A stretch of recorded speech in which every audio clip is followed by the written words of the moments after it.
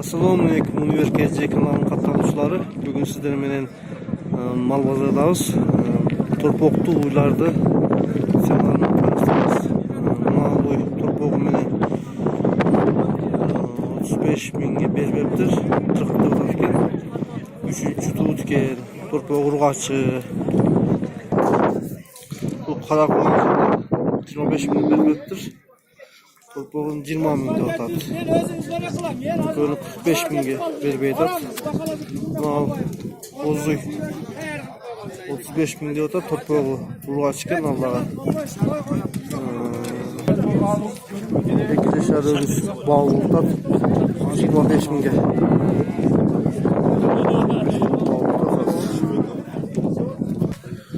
Mal bozo güzdü 60 mingde otattır.